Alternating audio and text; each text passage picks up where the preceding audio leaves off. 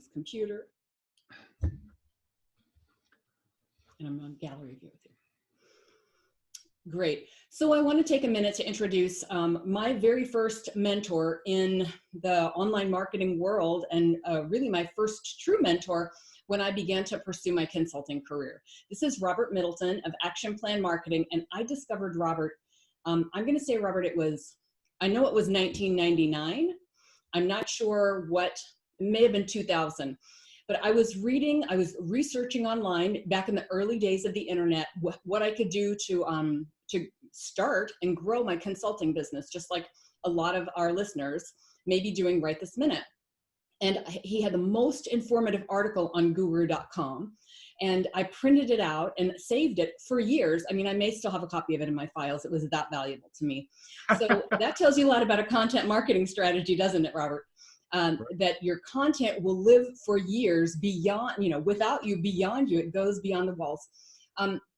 And I was so inspired by what I read. I began to study Robert's material and implement it in my own business. And then I began to implement it with my clients. And then years later, he offered a certification program. And I thought, oh, thank goodness, because I'm using his work already. I might as well, legitimately get connected with and certified by him. So I'm not a big believer in certifications.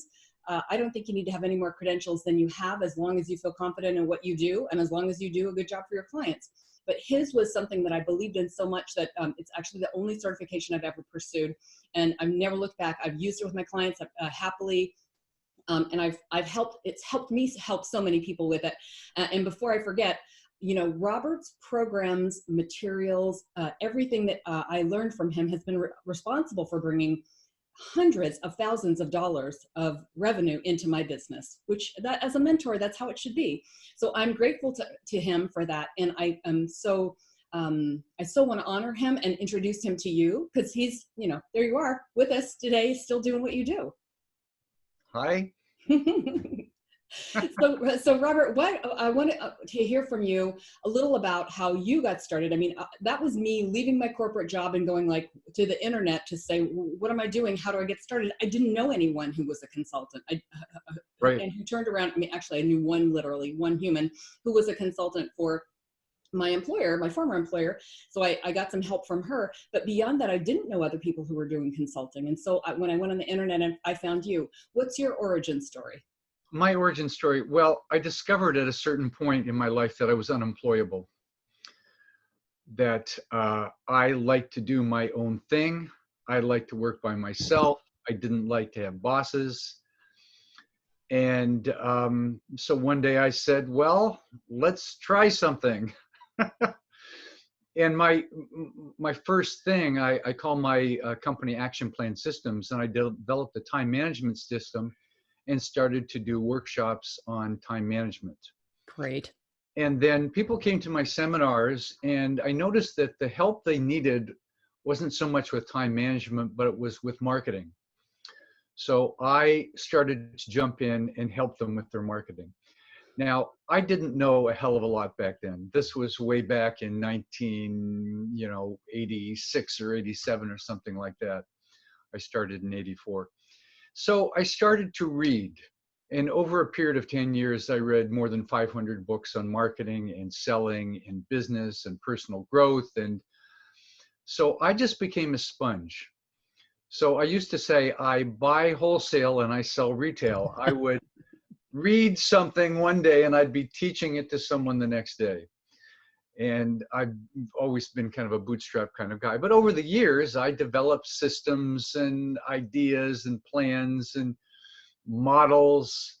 And in, I think, 1999 or 2000, I put all that together into a manual that I called the Info Guru Marketing Manual.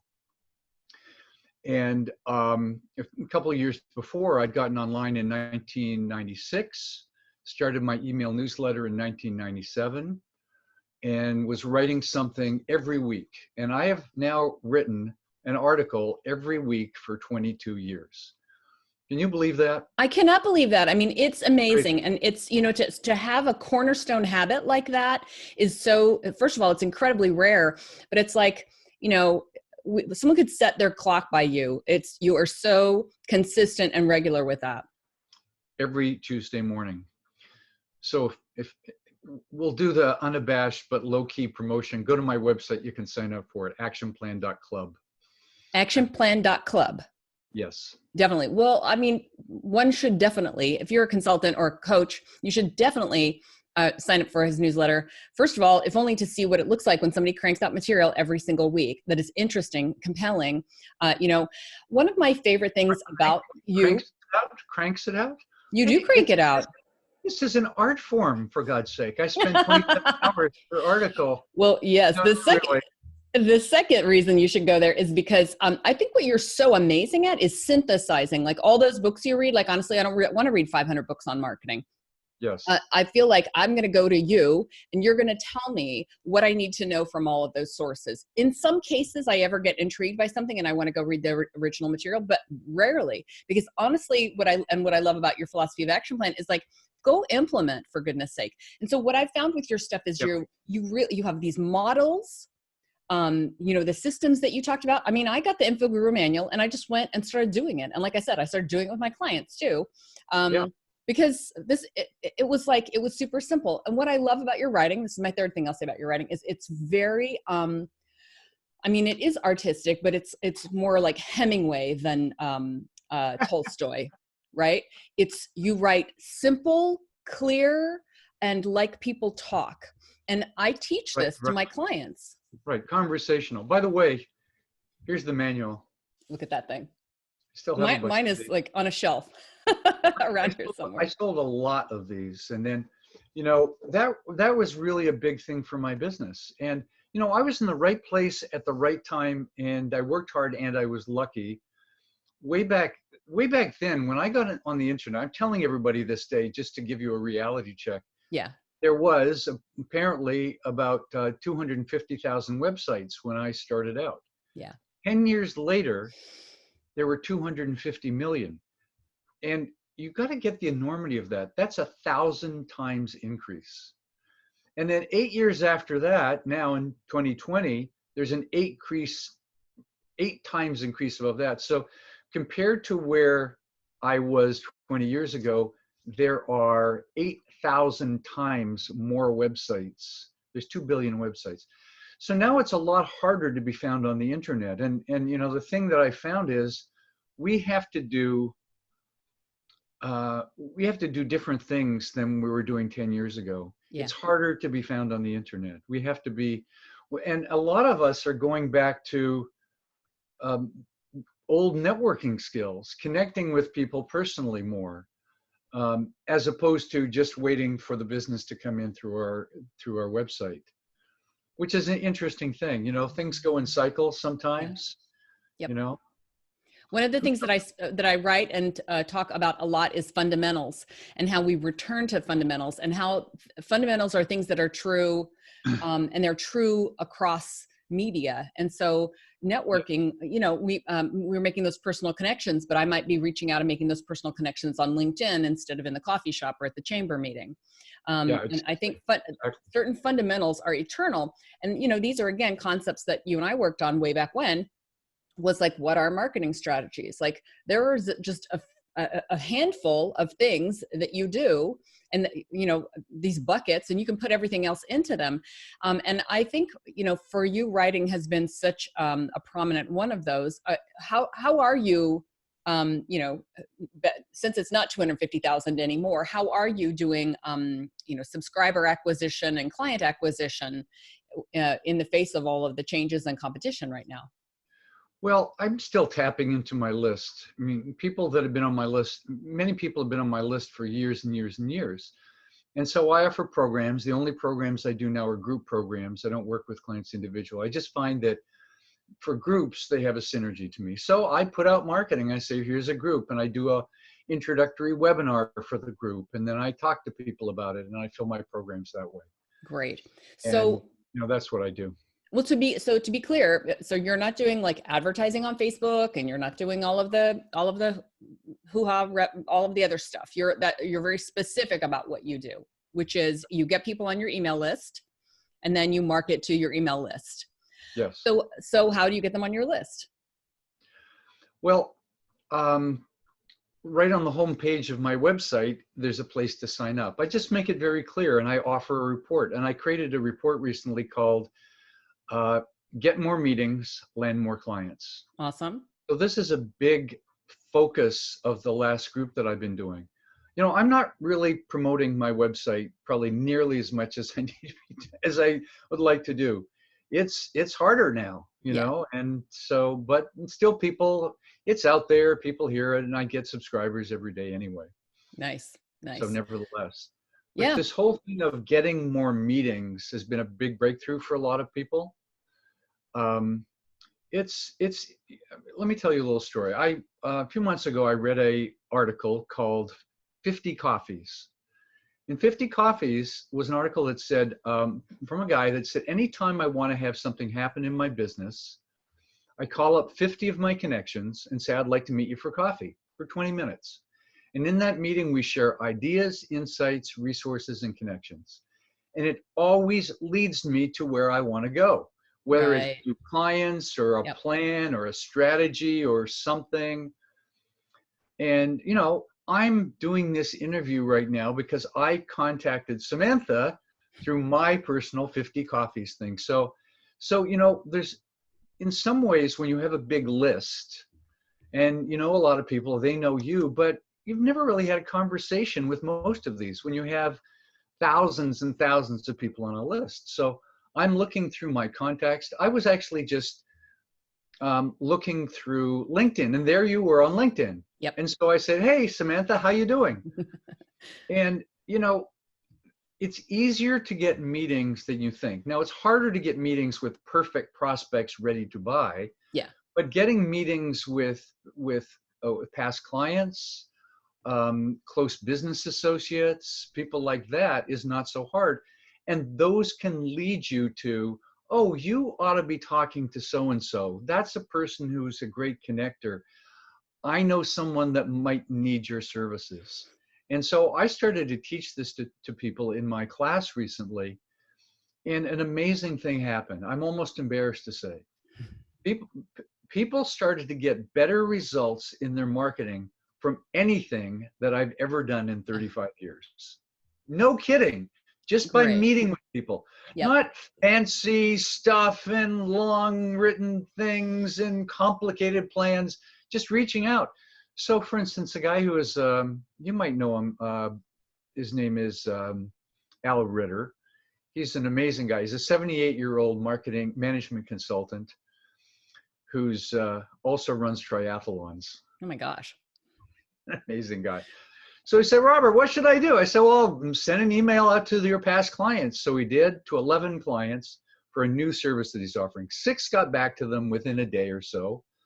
And within 2 weeks, he had 2 new clients paying him really with a really big project. Yeah. And so we're devising all kinds of ways to simply get meetings with people and discovering that it's not a complicated, long, shaggy dog story kind of email. It's sort of like, hey, I've been thinking about you. I'll give you the formula. I've been thinking about you. And you know what? You have been thinking about you, or you wouldn't, even if it was only for a moment. I've been thinking about you. And we haven't talked in a long time. I wonder how you're doing. Now, these days, in the days of coronavirus, this is even better. How are you handling things with coronavirus right now? Hope you're okay. Hey, I'd love to catch up with you and chat. Maybe there's some ways we could help each other. That basic format gets an extraordinarily high response. Now, I think, and some people are also testing this on LinkedIn, you connect with somebody and you have a little exchange, but you can have an exchange with someone. Hey, I saw your profile. What you're doing is interesting. How are you doing right now in coronavirus? How's your business going? Don't ask for a meeting yet. But if they respond and you get a conversation, then you might say, hey, you know, I'd love to chat with you. Maybe we can help each other in some way. You know, that phrase, maybe we can help each other. Because when I say, maybe I can help you, I don't need any help. Right. Or maybe you can help me. Nobody wants to hear that. But maybe we can help each other. Maybe we can help each other. It's a very mutual thing. So So that's what I'm doing on the, I'm sharing an idea, they're sharing an idea, there's a connection, an idea, a resource, a possibility. Mm-hmm.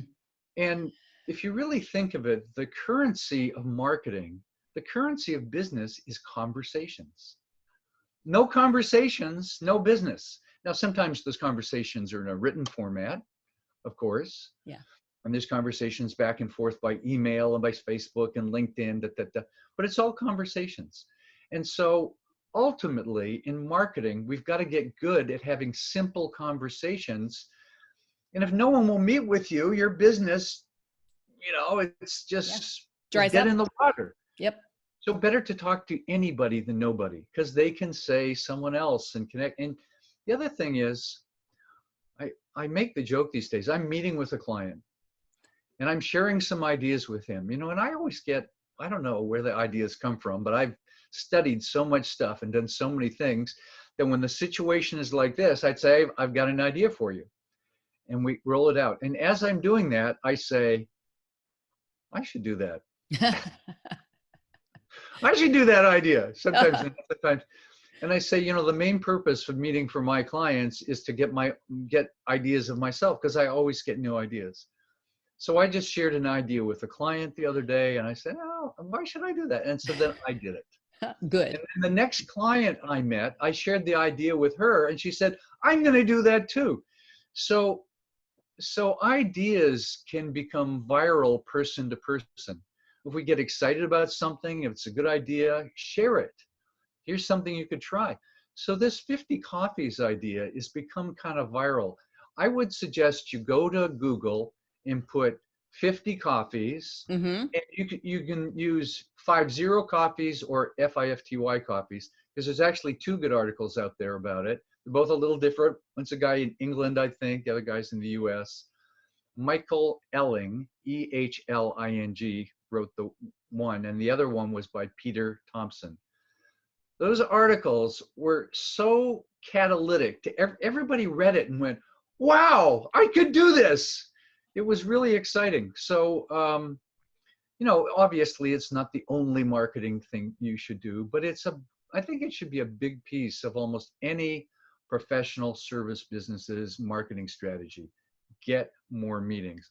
And, right now everybody wants to talk, and there's something to talk about right now. How you doing with the pandemic? How's your business? People say, well, all my speaking engagements got canceled. All my programs got canceled. And I say, okay, so let's talk about how we can go virtual. How can you offer something to them?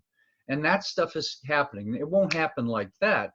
But right now, since there's no other way to do business except virtual, if you're on top of it and you have ideas and you can share things and do a webinar or whatever, you can start to make things happen.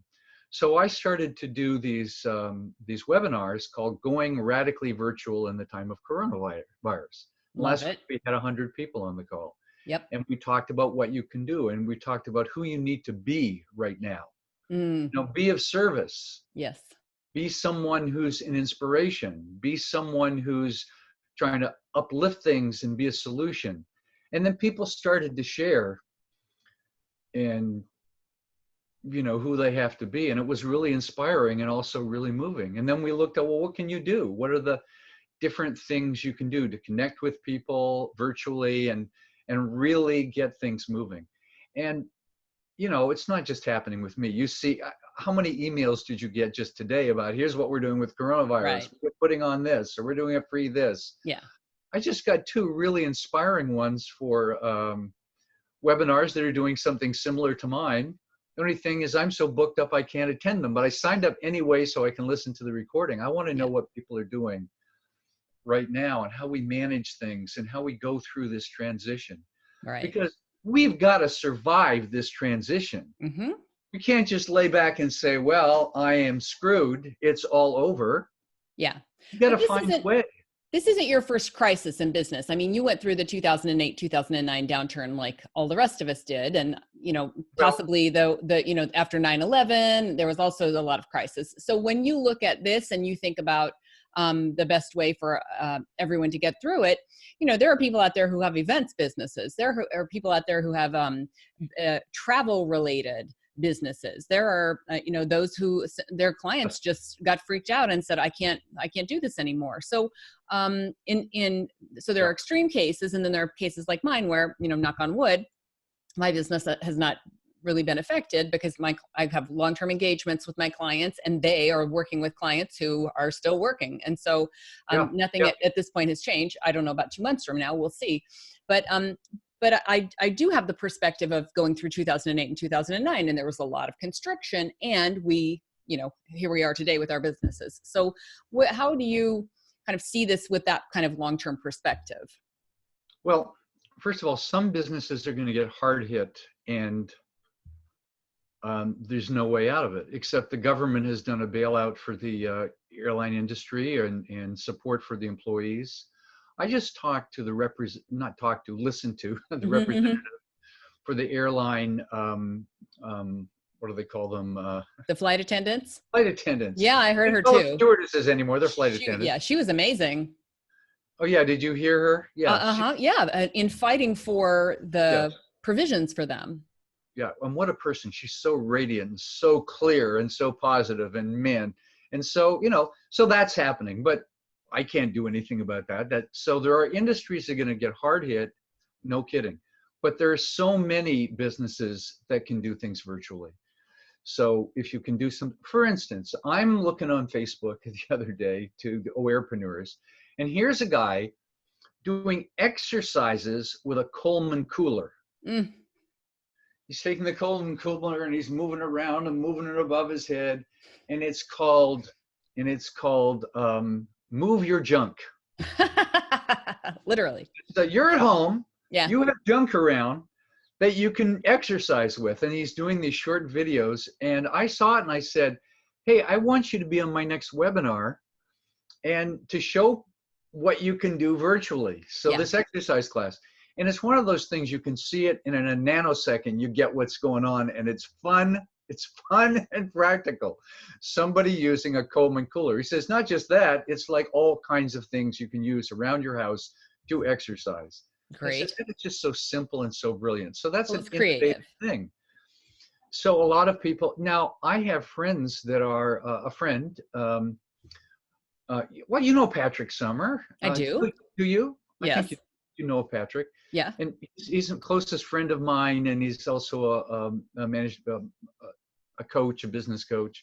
And his wife is a singer and has a partner called Andy Hill, Andy and Renee. And so they said, what are we going to do? All our events just got canceled. So they're going radically virtual. And they did a concert online last week, and they raised more money than they usually raise for an ordinary concert.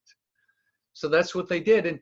And look, it's simple. At the bottom, they said tip jar by PayPal, and simply put their email address, because PayPal, you just pay by the email, right? It's very simple to do. And now Andy's birthday is coming in next week, and they're doing a birthday celebration. They're doing it virtually. And so they're going to go radically virtual.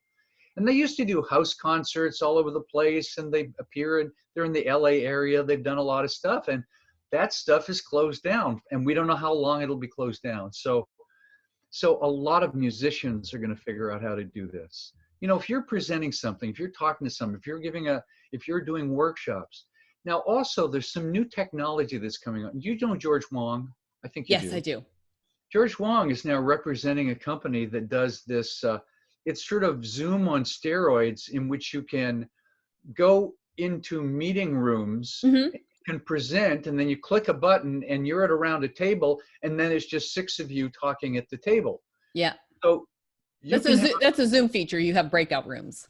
That's another Zoom feature as well. This is even more advanced. You can move from room to room. You can see it visually on the screen. It's just crazy. So it's about people getting more comfortable, I think, with that. You know, it's a little bit of a forced technology adaptation, getting used to that, because we've had a lot of people who look at us on Zoom right now. You're looking great. I'm looking half decent. You look great. I've got good lighting. You can see my face. You know, Some people you see that, they've got their Zoom camera like this, Yeah, exactly. and the lighting is terrible. It just takes It makes a difference. I fiddled around with that and figured the best way. And, after a while, I did a Zoom meeting with all my sisters. I have 4 sisters, not connected with them enough. So I said, let's do a Zoom meeting. And, and it was crazy and wacky. And one sister couldn't get any sound on her Zoom. So she went to her iPad and she could get sound, but no picture. So she did them both at the same time. We'll make it work. Make it work.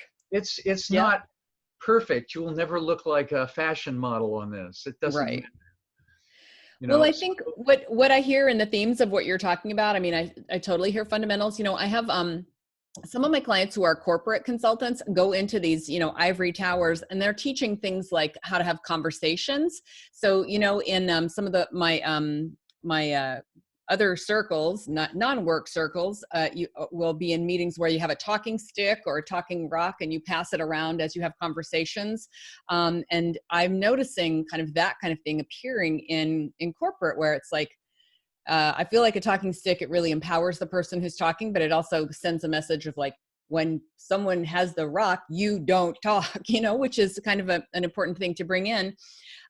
Giving feedback, just the basics of how to have, how to bridge divides and things like that. And when I hear the 50 conversations, I hear about that. When we hear about like marketing and surviving as a business in a time of crisis, it's like, what are the fundamentals? Let's figure this out. As you're saying, if I'm concerned about my business right now, but one of the things that's available to me is 50 conversations. I can call 50 people I know. One of the things I wrote about this was that you don't have to have your act together. You can be honest with people. I mean, I think it's important to, to put on your most professional hat when you're doing things, but you can say, gosh, I don't know, I'm feeling kind of uncertain about my business. All of the events were canceled. And then again, that, as you're saying, that gives that person the opportunity to either say, wow, that sounds really difficult, or maybe they have ideas and they can say, well, have you thought about doing it virtually? And, just giving and receiving, I think, is also really important in this time. And it's something that when you're, those coffee meetings that you're talking about, it is that, helping each other kind of thing. And I think I did 75 of them last year. With new LinkedIn connections. And I just met the coolest people, and the things that I'm talking about right now, like realizing the trend of move towards fundamentals, realizing, most of them were women consultants, and seeing kind of what their concerns were that were unique to all consultants, but then the ones that were very specific to women consultants. So I think calling 50 people also is kind of market research. You'd certainly learn a lot about what's going on out there. And I think in this pivoting during this pandemic, I think pivoting in any crisis, it's going to help you to be more sustainable long-term. You don't need a crisis to get creative about how to make sure your business is sustainable. Yeah, but the creativity is really kicking in these days. Isn't something it? I'm saying to people, the 2 worst words in the English language are marketing and selling. They have such negative connotations and bring up so much stuff for so many people, especially small business owners.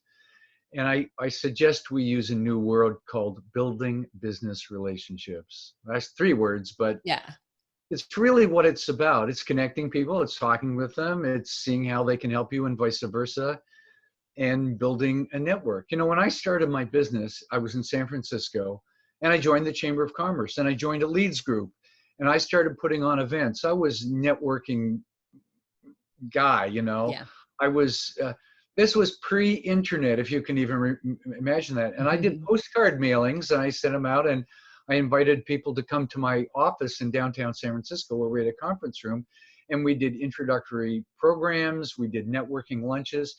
I'm doing exactly the same thing now. It's just that I'm doing it virtually. I'm getting people together. I'm talking to people. And also that starts to qualify people as prospects. Remember my marketing ball where I talk about affiliation, familiarity, information, and experience? That's building relationships. Excuse me.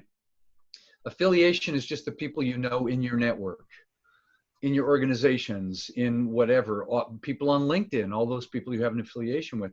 Familiarity is you start to show up. You have content, you're connecting with people, you share stuff. So you have more visibility. Then information. So many people know you, but really don't know much about you or what you do. So do you have good information on your website? Do you have a PDF executive summary that tells really clearly what you're about? Yeah. And so, we've got to get content. But then the most powerful one is give people an experience of you. And you get an experience in a video, in a recording, in a webinar, something like that. So people have now had an experience of me, and either they hate me, absolutely, or they like me. Yeah. Please like me. The only two choices.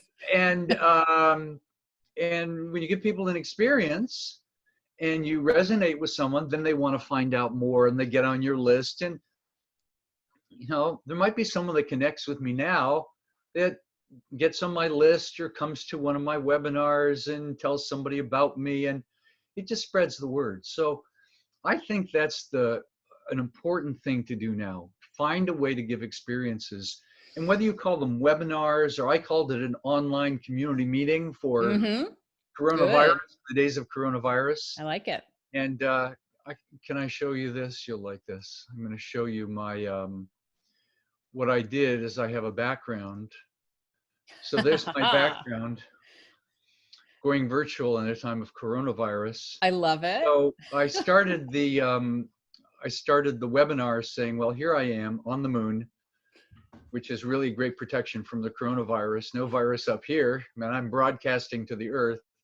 So that cracked up everybody, and it started it out on a light kind of note. And so, look, this is a terrible situation. Yeah.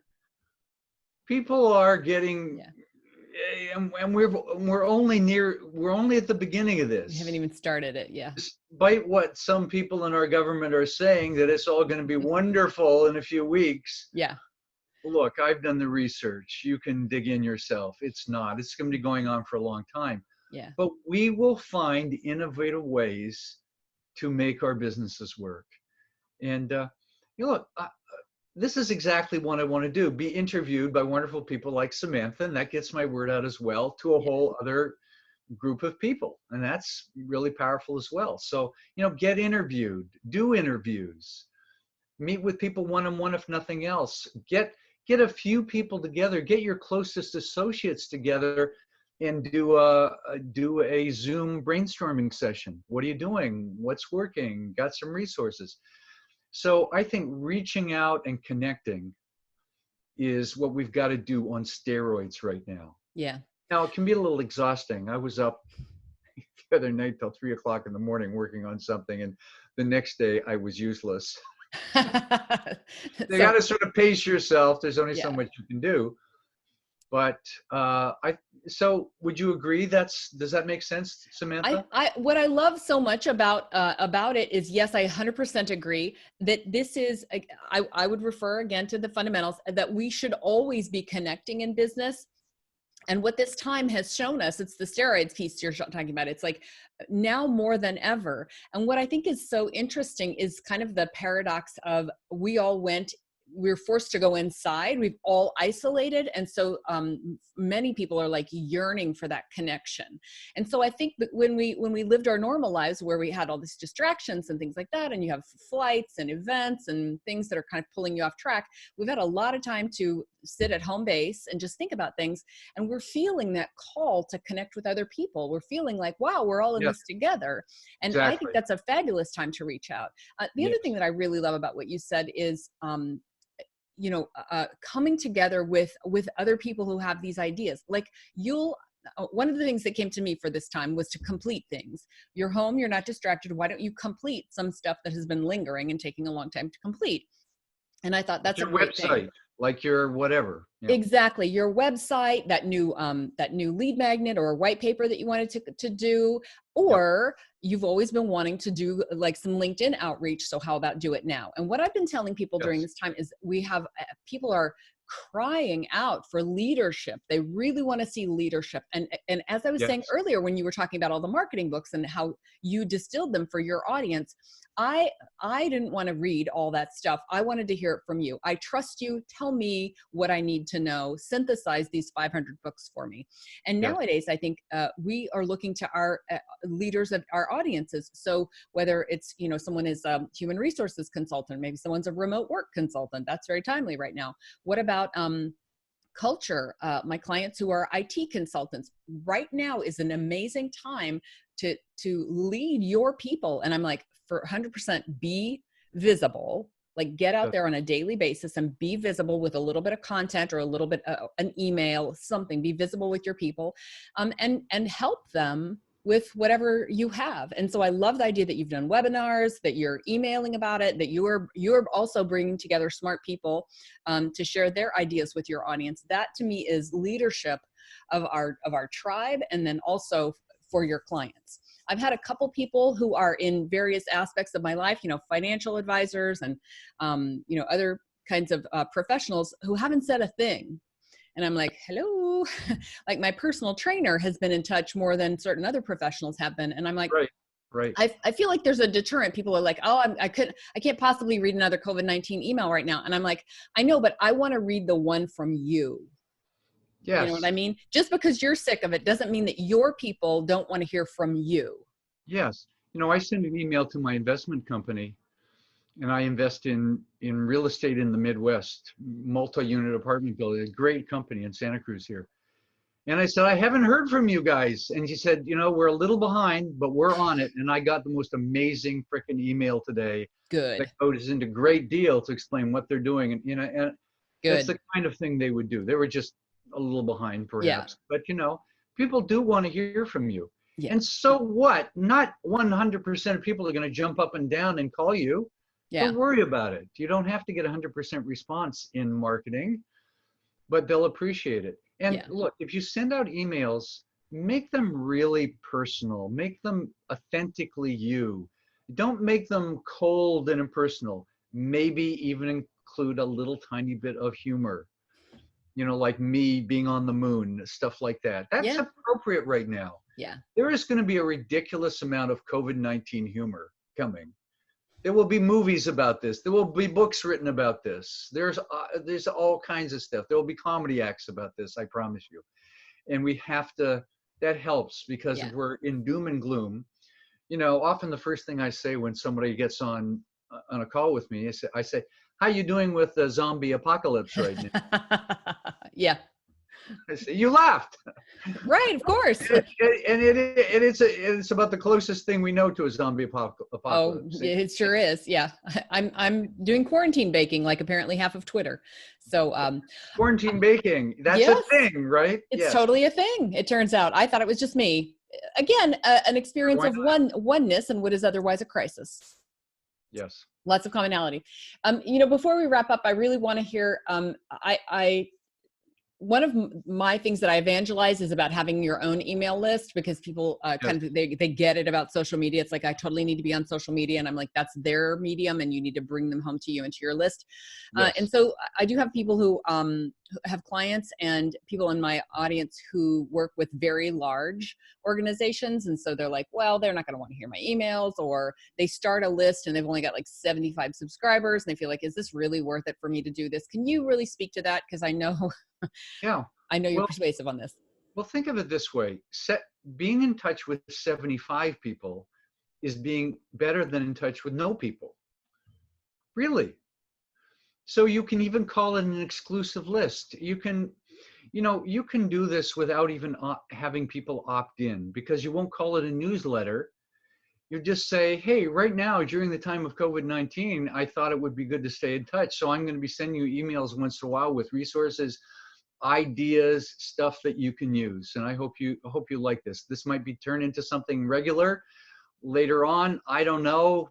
You know, if you don't want to get it, just let me know. You know, after crying for half an hour, I'll unsubscribe you.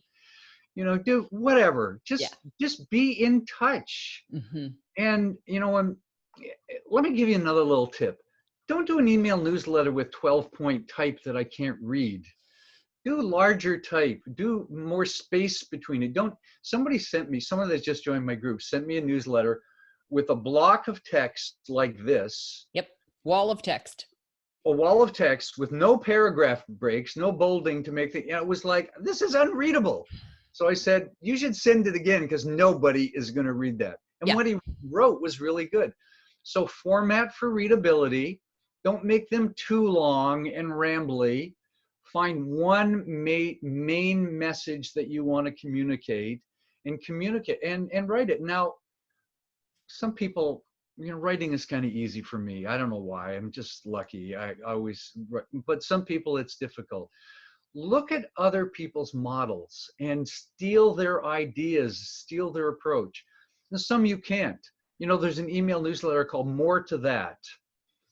And More to That is it's sort of philosophical day-to-day, how to survive and be a better person, blah, blah, blah. And within his thing, he has 20 to 40 illustrations. I tell you, nobody can copy that. It's amazing. I'm not stealing that idea. No. But on the other hand, another guy sends a newsletter every day, and it's called From the Incomparable Expert, and it's about 200 words. Yeah. And it's just basically a long paragraph or 2 short paragraphs. Yeah, and every time I read it, it rearranges the molecules in my head. It's that powerful. I mean, it really is something pithy. So from the extreme of a ton of graphics to something very simple. Stories and case studies. Yeah. Hey, a lot of those are happening right now. I'm sharing those, like the guy that Move Your Junk guy and stuff like that. Share what's happening. Share what you did with a client. Share some of your insights. Do the best you can. But don't not do it because it's not perfect enough. This is the best time to launch an email newsletter. I call it keep in touch marketing. You're keeping in touch.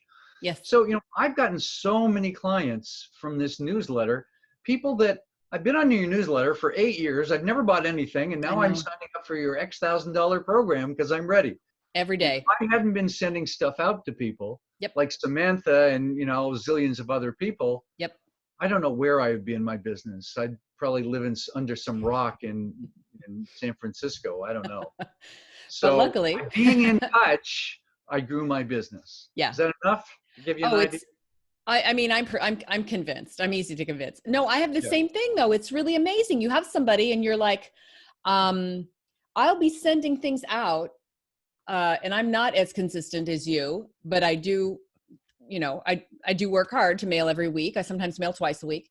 But I'll get response to certain things and I'll think, oh my gosh, like it'll be somebody that I met like 8 years ago. And I sold a program recently and this is a 50K program. Person has been on my list for years. So look, you made $50,000 from a project, from a client. Yep.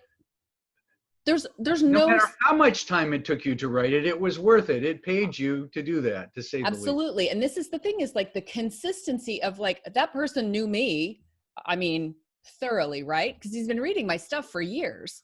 So this, I think, is what's so interesting is just I'm writing to one person.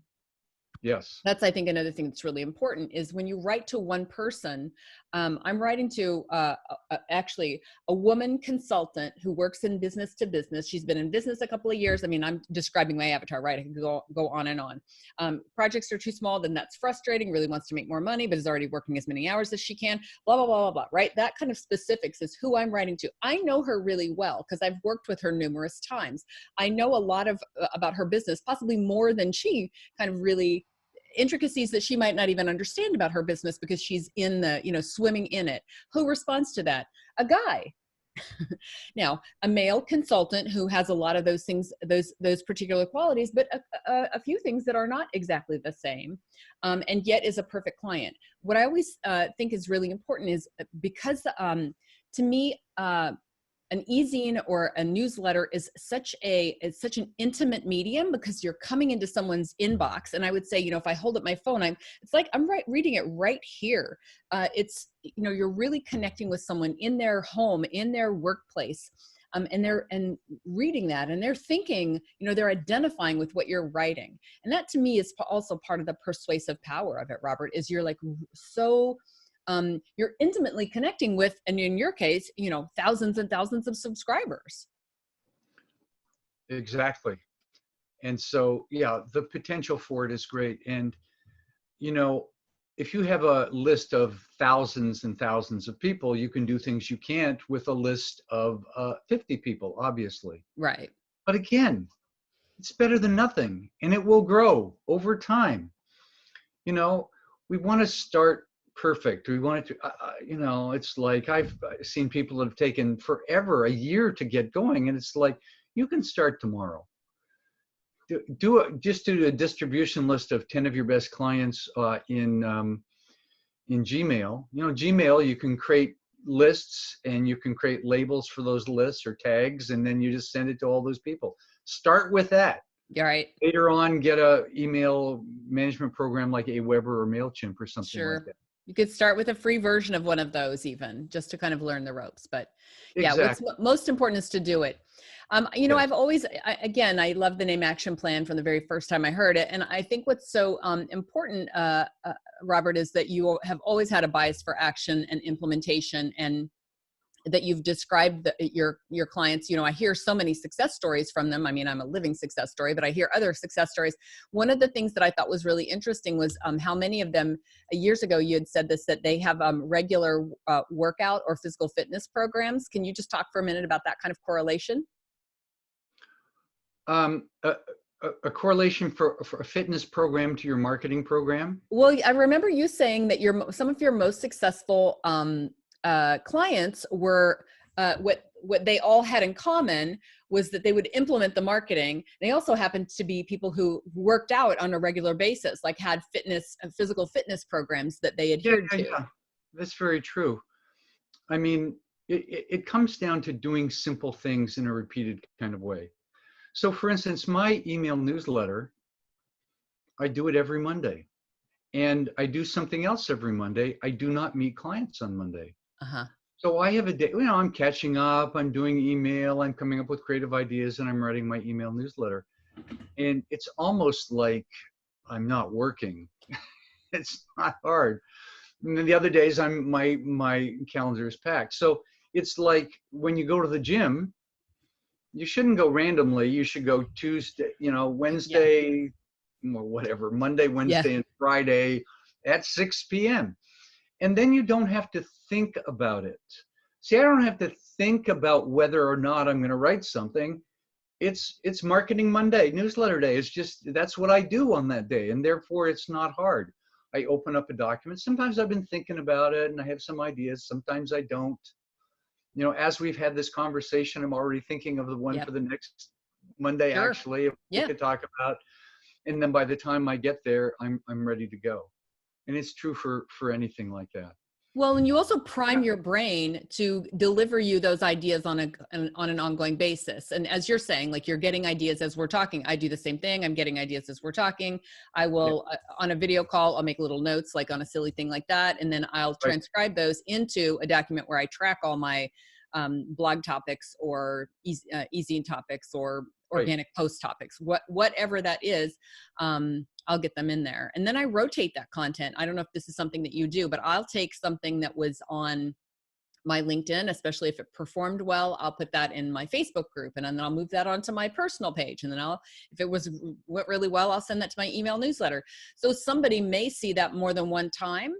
Nothing wrong with that. Exactly. And then if it performed well, and I think it's worth them seeing it again. And, I see people doing that and I never have a problem with it. I'm like, oh yeah, that one, I'm going to read that again. Or, oh yeah, I read that. Thanks.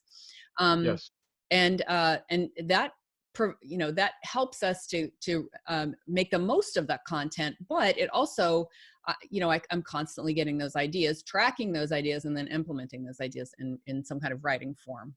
Yes. And are you doing a lot with video? Well, outside of webinars?